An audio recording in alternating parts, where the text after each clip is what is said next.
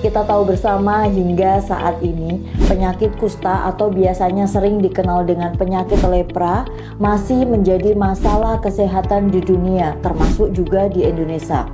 Dan negara Indonesia masih menjadi negara ketiga tertinggi dengan jumlah pasien kusta setelah India dan juga Brasil. Selain itu pula masih banyak ditemukan kasus baru dari tahun ke tahun yang didominasi oleh tipe kusta multibasiler yang berpotensi sangat tinggi menular. Selain itu juga angka kecacatan yang dilaporkan masih tinggi yang berdampak pada penurunan kualitas hidup pasien kusta. Dan mirisnya penemuan kasus kusta pada anak-anak relatif tinggi dan hal ini berdampak pada masa depan bangsa. Kira-kira Sobat RC udah pada tahu belum apa sih itu sebenarnya penyakit kusta atau lepra? Dan apakah benar penyakit kusta itu merupakan penyakit kutukan? Assalamualaikum warahmatullahi wabarakatuh. Halo, saya Dr. Indah Purnamasari, spesialis dermato, venerologi, dan estetika di Rumah Sakit Islam Surabaya, Ayani. Penyakit kusta atau biasa dikenal dengan lepra atau dalam medis dikenal dengan morbus Hansen merupakan penyakit infeksi kronis yang disebabkan oleh karena infeksi bakteri, dalam hal ini Mycobacterium lepra, di mana bakteri ini akan menyerang yang pertama adalah susunan saraf tepi, kemudian kulit, dan juga mengenai mukosa saluran nafas bagian atas, termasuk organ lain selain susunan saraf pusat.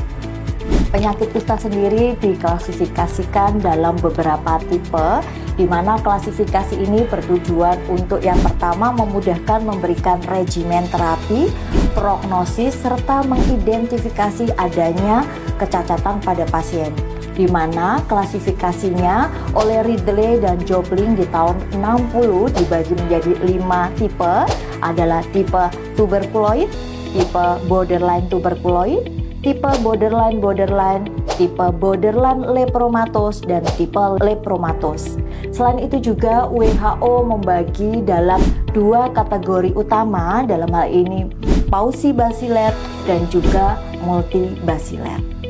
Mengenali gejala klinis dari penyakit kusta sebenarnya sangat mudah Sobat RC.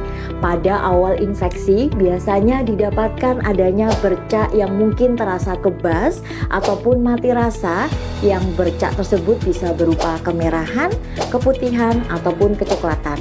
Selain itu pula pada kasus yang berat biasanya bisa didapatkan adanya kecacatan berupa tangan piting yang merupakan tanda adanya kerusakan dari saraf perifer. Pada kasus yang lebih berat biasanya area rambut pada bagian alis bisa rontok atau bahkan bisa menyebabkan perubahan pada area wajah.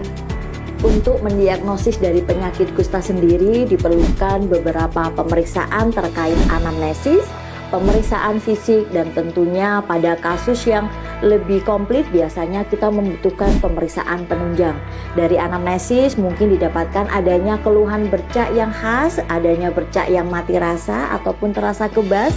Pada pemeriksaan fisik kita biasanya melakukan pemeriksaan adanya kerusakan saraf terkait pemeriksaan sensorik, pemeriksaan motorik, dan juga pemeriksaan autonom.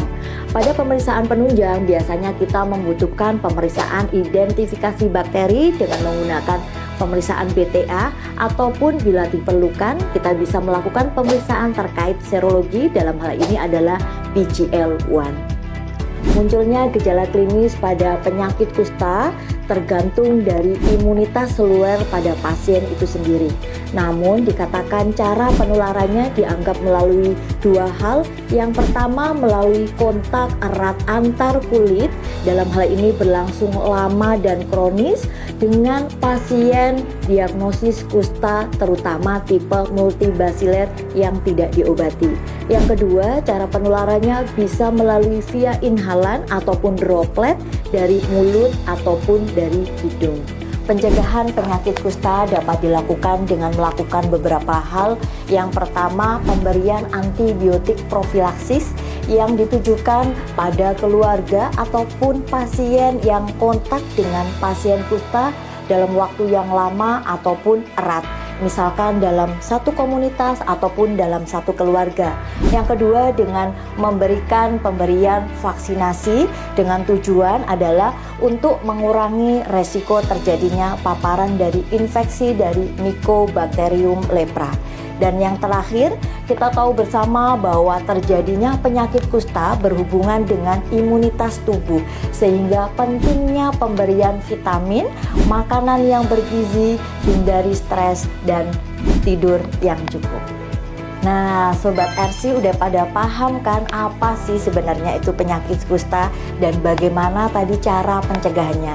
Apabila Sobat RC memiliki keluhan terkait seperti yang dijelaskan sebelumnya, adanya bercak yang mati rasa atau terasa kebas, segera Sobat RC datang ke Rumah Sakit Islam Surabaya Ayani untuk berkonsultasi dan mendapatkan diagnosis serta terapi yang sesuai. Terima kasih. Wassalamualaikum warahmatullahi wabarakatuh.